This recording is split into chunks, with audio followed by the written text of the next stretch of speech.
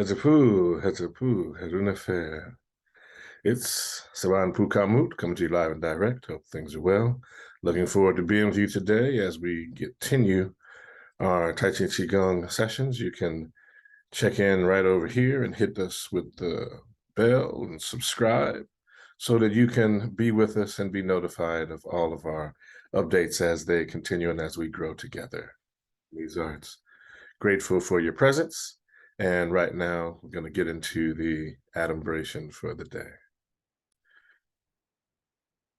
So for today's adumbration, we're going to continue expanding our understanding of the Qigong that we do. So today, what we're going to do is we're going to start off, of course, with our Shaashaa. Then we're going to get into Asar stance very briefly. And then we're going to get into tracing the Taiji diagram today. So typically what we do is so of course, what we'll do is a abbreviated iron shirt, just as a review and reminder. Then as we go into the all over body check-in, we'll do a quick review, just to make sure the body's ready. And then we'll spend the bulk of our time today reviewing the tracing the Tai Chi diagram piece. We'll review that, we'll get into it, and then we'll wind up doing the form as we're still connected to aspects of the lunar cycle. So without any further ado, let's get it in. We'll slide these chair out of the way. Are we gonna get it in? We want to be able to have it where you can see me, see the feet, enjoy the light. We bow in. All the masters that have gone before us, we bow. Teacher to student, student, teacher. Let's get to a good place. The feet parallel, shoulders width. Now, typically, when we get into Asar stance, we've been doing the beginner version of Asar stance, where we don't start at the Wuchi position and step out, where we actually have been doing it from feet parallel. So we'll start from feet parallel and do it this way, as you see here, pyramid hands. And you extend the hands into the Asar stance position. So you can keep it there, or we'll start here, Wuchi. That's where the heels come together, making a 9-degree angle or a capital L, the apex of the angle, pointing straight out from the body. Butt tucked, knees unlocked. So from here, as you can do either one, so give you an opportunity to pick today. And then going forward, we'll go with beginning in Wuchi position. Bring the hands into pyramid hands.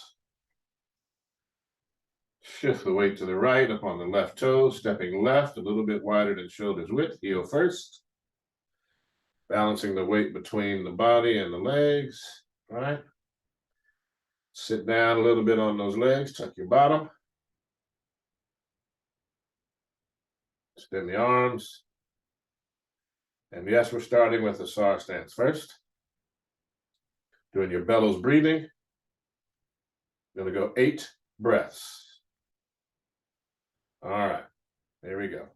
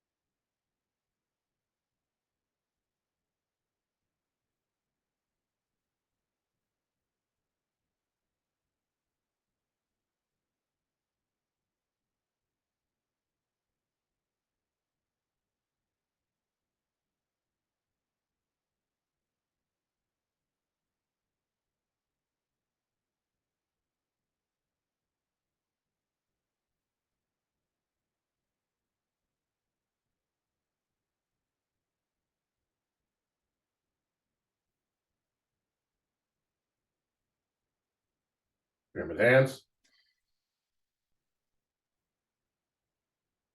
Shift the weight to the right leg and slide the left foot into Wuchi position. Bring the hands down and shake it out, opposite hand, opposite leg.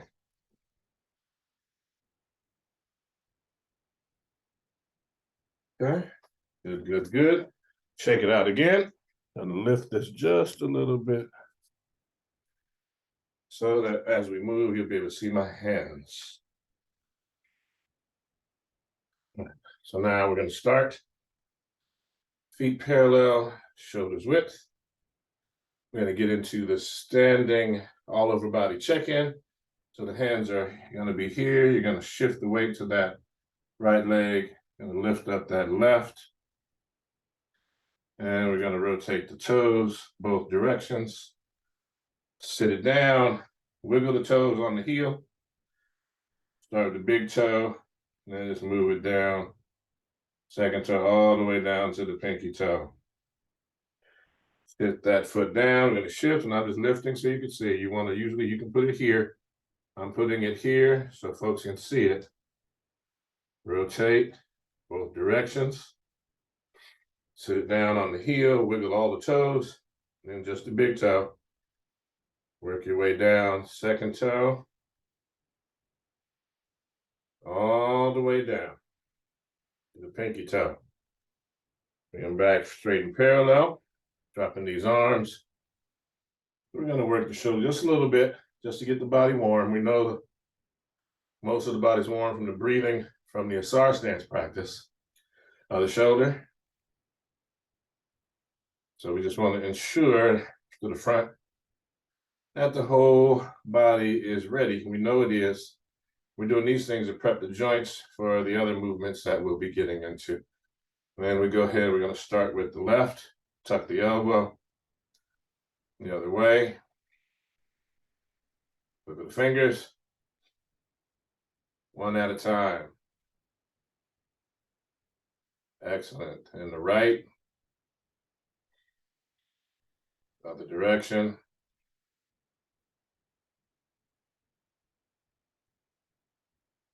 Look at the fingers, one at a time.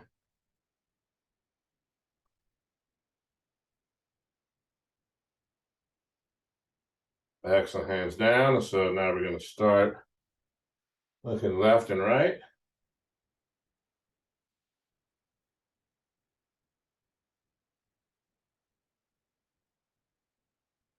Sure that we're getting it nice and easy.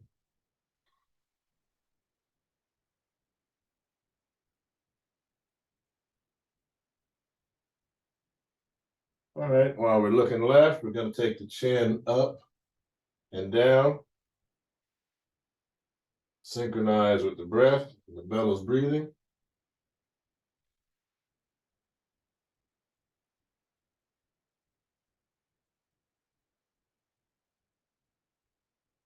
And then taking it to the right, chin down and up.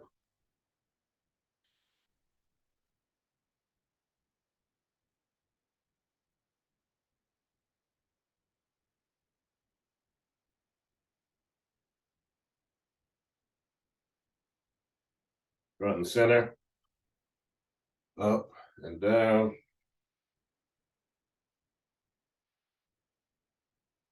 And take the head around in a circle.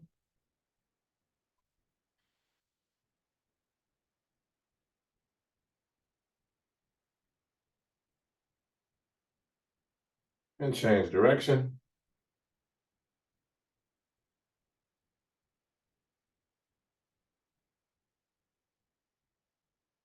And on your next in-breath, bring it right back to front and center.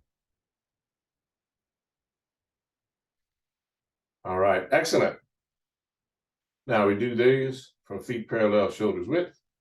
The next series of exercises that we've done, which have been the iron shirt technique, iron shirt Qigong, we're going to do them. You can do them from feet parallel, but today I'm going to introduce them from Wuchi. So that's how we do them as we get. So this is going to be more of an intermediate / advanced session. And by that, I just mean that in terms of foot placement, in terms of body movement, what we're doing now is beyond beginners. This has been a review up till now. We're getting into these, so I just want to get your body ready. So if those of you, you're not able to put your body in this position just yet, that's okay. Keep your feet parallel, just to check in. We know all our bodies aren't able to move in the same way. So listen to your body and do what your body is telling you it's able to do. Shift the weight to the right. You're going to step left, a little wider than shoulders width, heel first. Balance the weight, tuck the butt. The palms are up, toes, knees, and hands are all pointing the same direction. We'll see a ball of golden orbs in the palms of the hands. We breathe. We rotate those hands into oneness, where the wrists are higher than the elbows. We've gone over this before, so it's going to be really simple. Make sure your bottom is tucked. Breathe into the turtle. You breathe out to the drawbridge. Back is flat.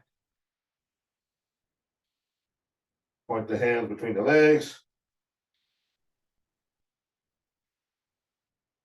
And we come back into oneness.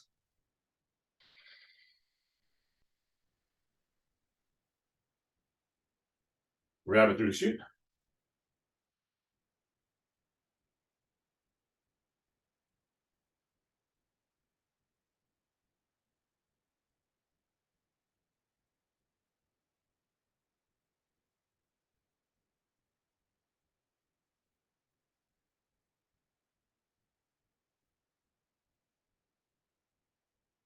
Excellent work. Into oneness.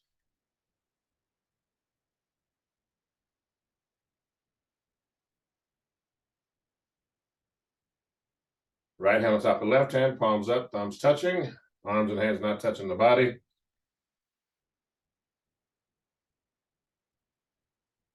Rotate the left hand on top. You're going to see a ball of golden white light in between the palms of the hands like the sun.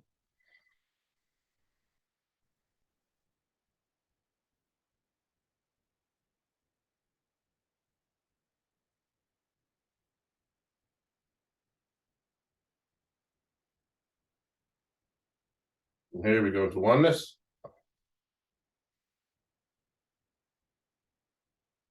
Turtle. Drawbridge.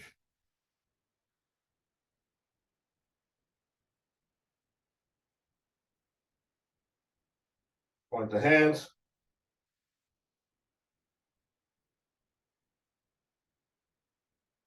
Into oneness.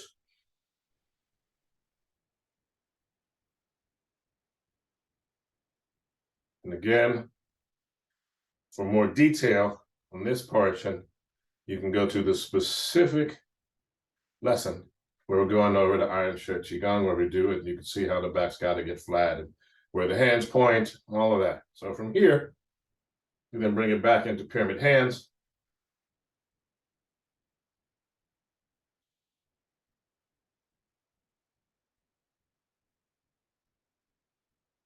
I'm going to drop that right hand beneath the navel, palm up, bring the left hand into the chest.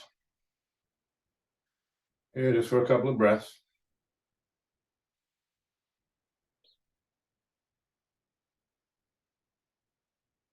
We're going to extend the hand out, like so. Now we're going to shift the weight to the right, come across the body.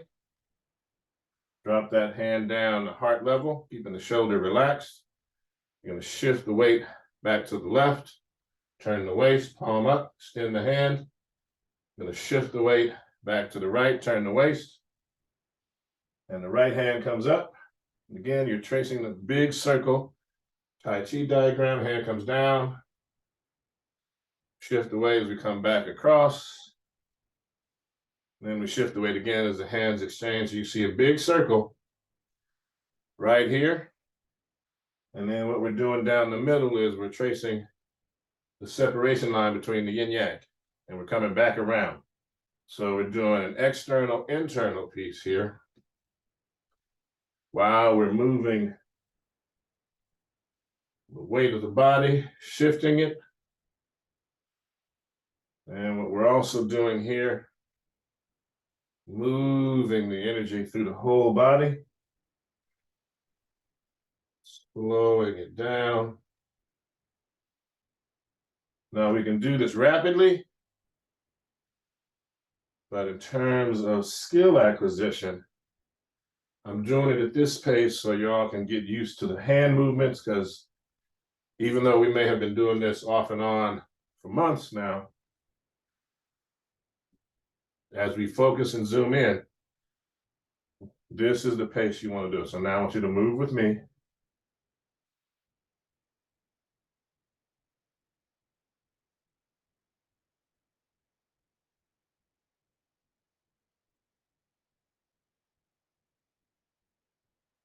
It comes across at eye level, heart level. And beneath the navel, the hands exchange.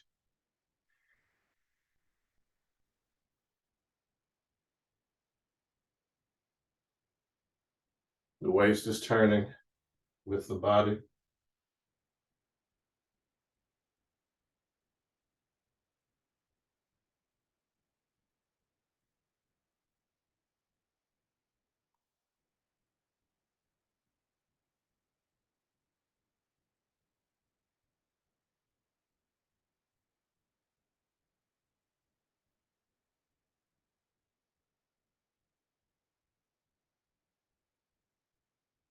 Keep on, stay focused.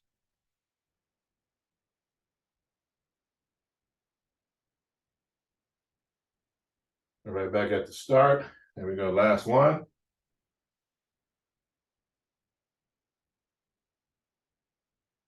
Move it here, bring it to the center. Bring that right hand into the chest.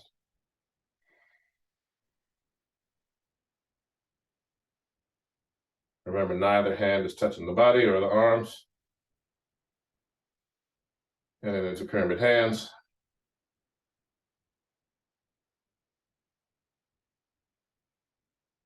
And you're going to shift the weight again to the right, slide the left foot into Wuchi position. Shake it out opposite. All right, now the important thing here to remember is that we're just gonna get back into your Asar stance, leg positions. Okay, so we get back here to pyramid hands. And that way that we started was we can drop this left hand, brought this right hand in, and we started here, right? So that means the left hand was here. We started out here. All right, so again, what we want to do, we start at center, you shift and turn, and you want to turn until this hip flexor, this buttocks muscle, as you turn, the knee is there, and that tells you when to stop. You got to listen to your body.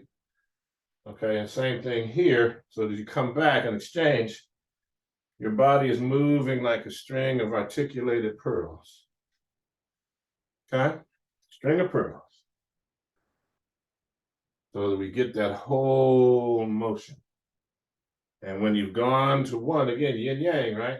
You go to one, then you invoke the other. From an internal expression to an external expression. Or from an external expression to an internal expression. Okay?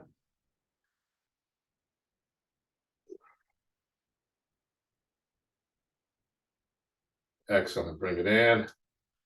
Lift the weight and slide. Shake it out. All right, and we're like basically a weekend to our lunar cycle.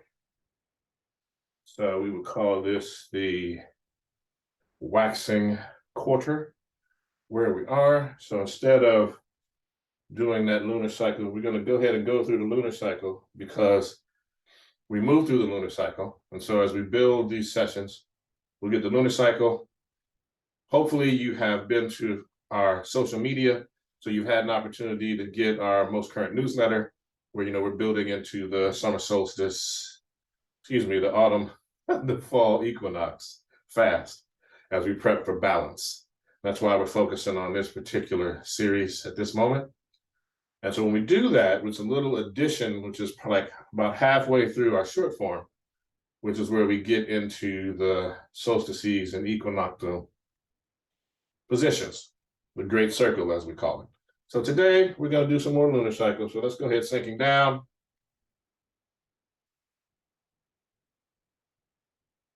And let's get it in and to ward off to the right. Grasping the bird's tail and stroking it. And we come into rolling the ball and releasing it. We call it roll back. Press. Push. And we usually call this stir the cauldron, but right now we're going to do this, okay? One more sun rises over the mountain and sun sets. Okay, shake it out, shake it out. All right, so we're going to spend some time this month with each consecutive session working through the next portion, which is preparing us for the grand circle, the grand circuit of the sun into the solstices and equinox. And so in that, we come around here, and what's called stir the cauldron. And so this right hand, you see the cauldron is here in the left hand. And as you shift the weight from side to side, it gives an our stirring action as we stir the cauldron, and then we step into single whip.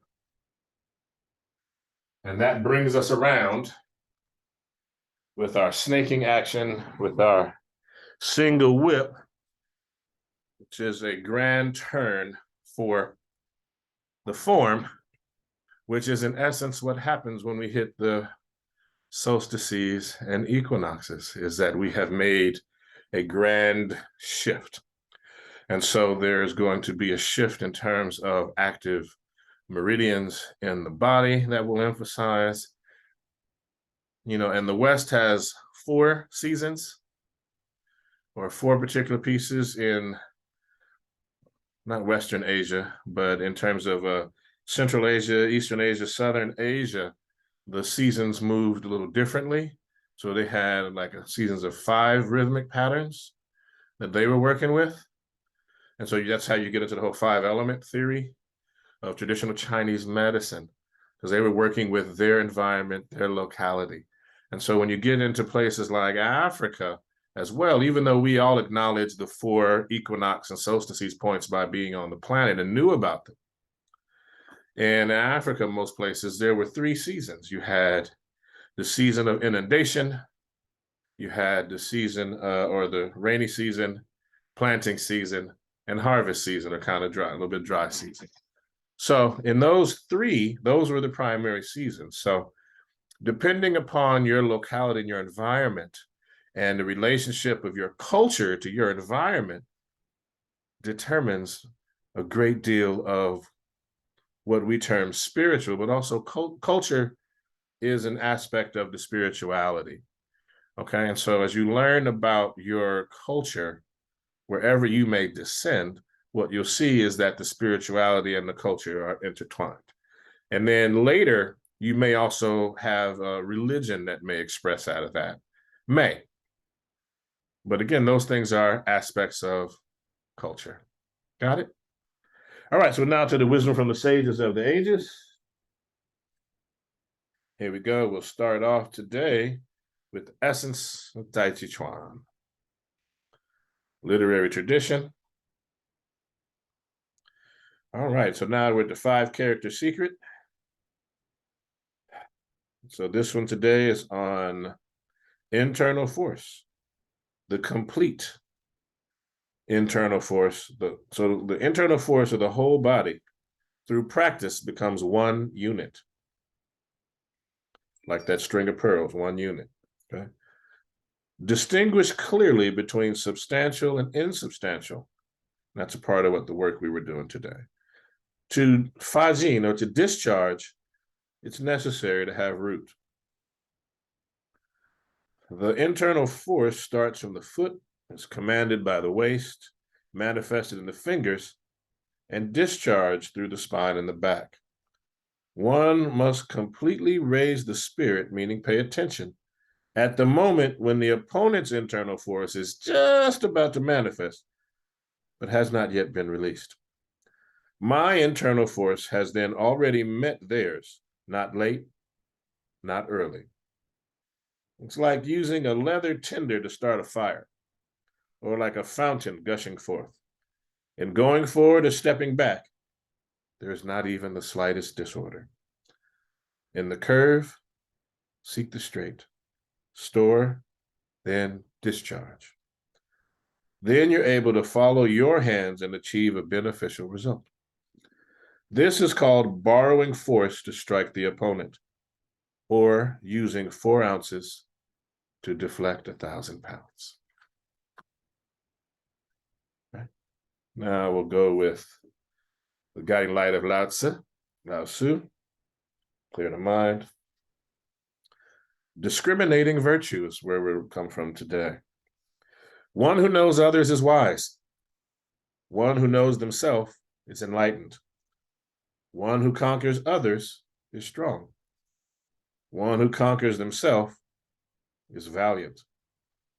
One who knows contentment is rich.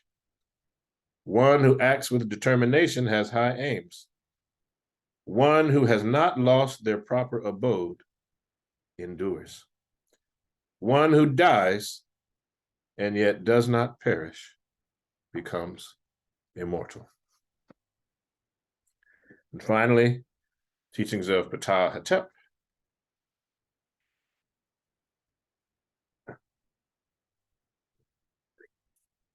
So there we are. Okay, so all